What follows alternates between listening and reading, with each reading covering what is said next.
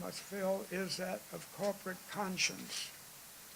I trust you will not infer from this that a person must be a public relations professional to be sensitive, or that public relations people behave in ways that are either more moral and ethical or more in the public interest than executives with different titles.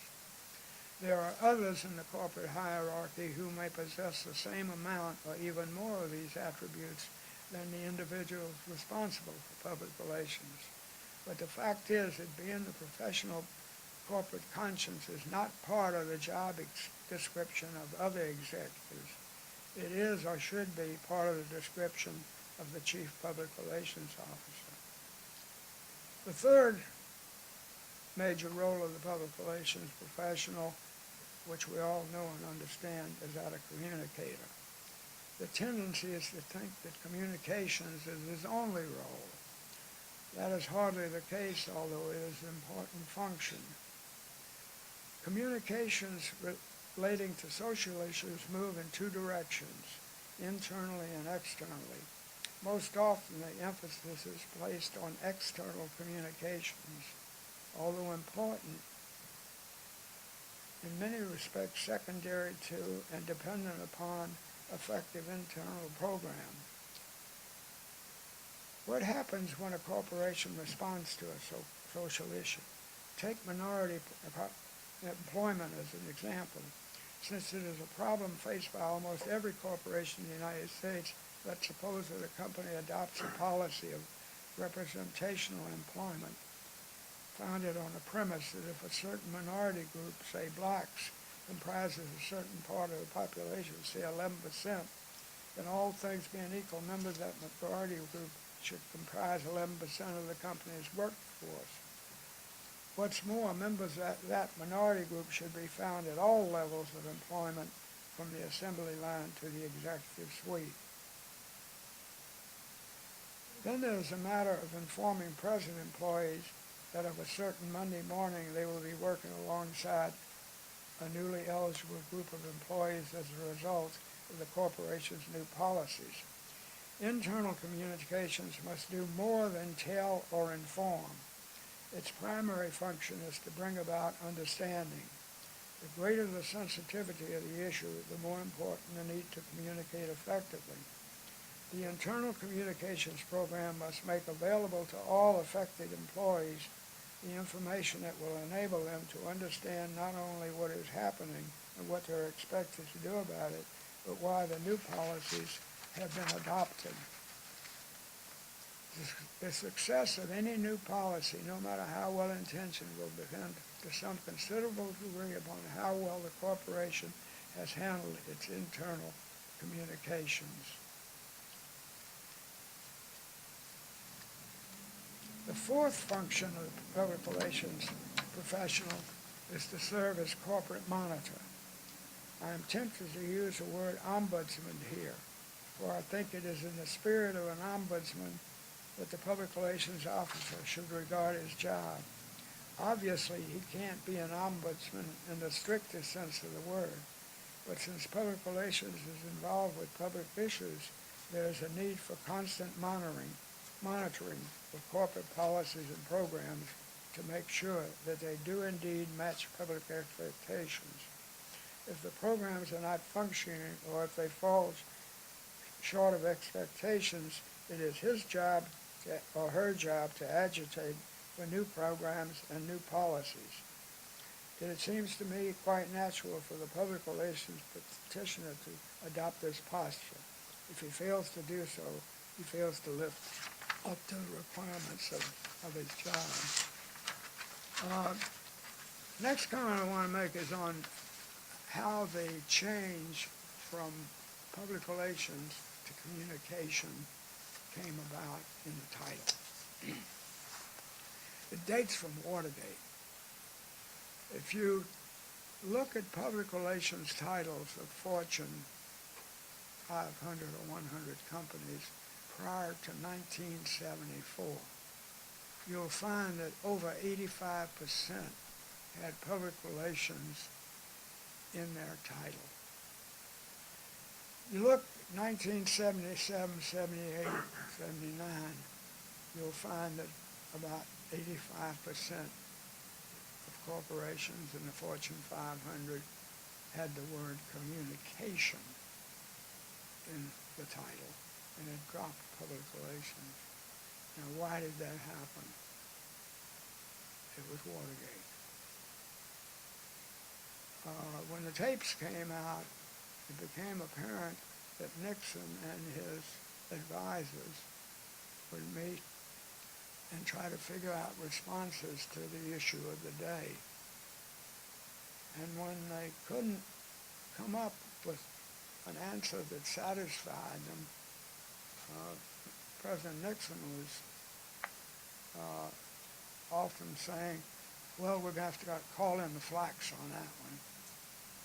He even said a few times, we're going to have to PR that one. And public relations became a pejorative. And people in public relations had as much were the ones who really led the charge in changing the title from from public relations to communication. And I believe when they did so, they really diminished the overall breadth of the job. But communication is only one part of the function.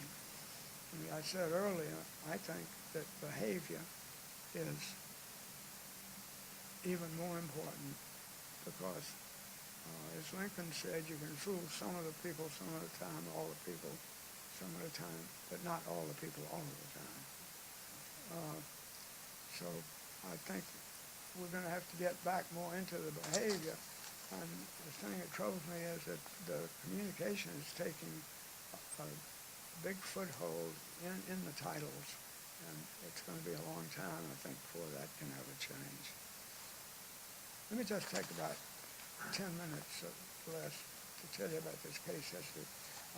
I went to school in Mississippi, University of Mississippi, Ole Miss. I got a call from the chancellor one day in 1997. Right at the start of the football season. And he said, Harold, you got to help me get the flags, Confederate flags out of the stadium and off the campus. And I said, Robert, what have you been smoking? And he said, I'm serious. I said, I'm serious too. You won't get those flags off the stage. He said, we got it. And I said, why we got it? And now? He said, well, I've been a chancellor for a year. I'm going to be here 10 more years. I want my legacy to be that I brought a Phi Beta Kappa chapter to the University of Mississippi. It was only one of 3 state universities that did not have a Phi Beta Kappa chapter. He had been told by the leadership of Phi Beta Kappa, as long as those flags are on the stadium, you're not going to get a Phi Beta Kappa chapter. I went down to campus and talked to members of the academic community, and the attitude was the flag should come off the campus. They were about the metrics of blacks, African Americans, and other minorities was as good as any other Southern university. Also, their participation in student activities was as good as any other student anniversary. For example, up to that time, about 4 African Americans had been elected president of the student body, and 3 young women, African American, had been elected Miss Ole Miss, and the greatest sign of purity and everything that you can imagine on a campus. It's a big honor there. So 5 editors of the school newspaper.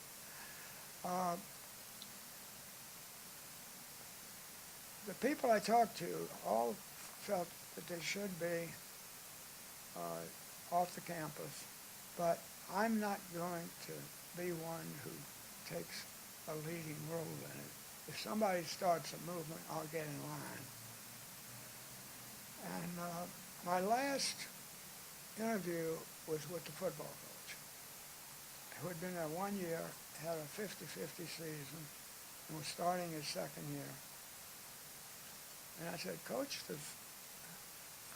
how do the Confederate flags affect the football program? It's killing me.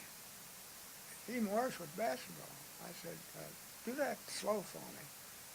And he said, well, we would start recruiting before the season starts. We know who the best high school players are. And in the state of Mississippi, the best players happen to be African Americans. I'm getting 8% of the ones I want. And I said,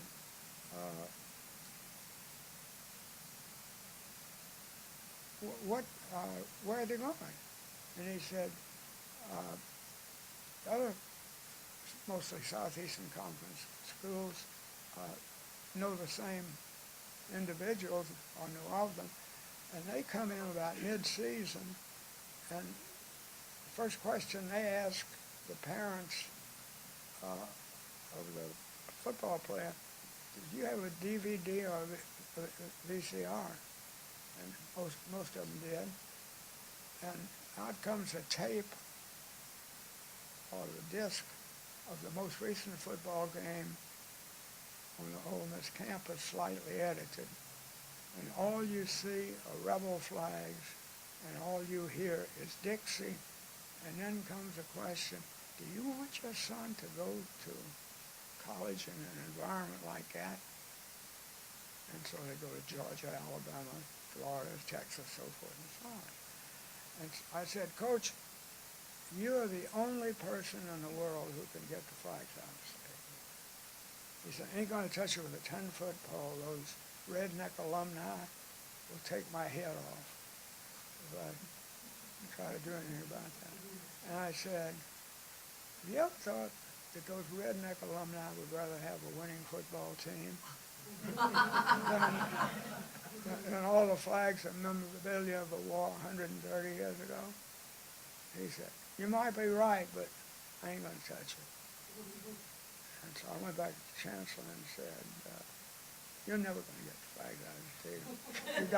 You got to work on it, Coach. And what I wanted him to do was to have press conference, public statement.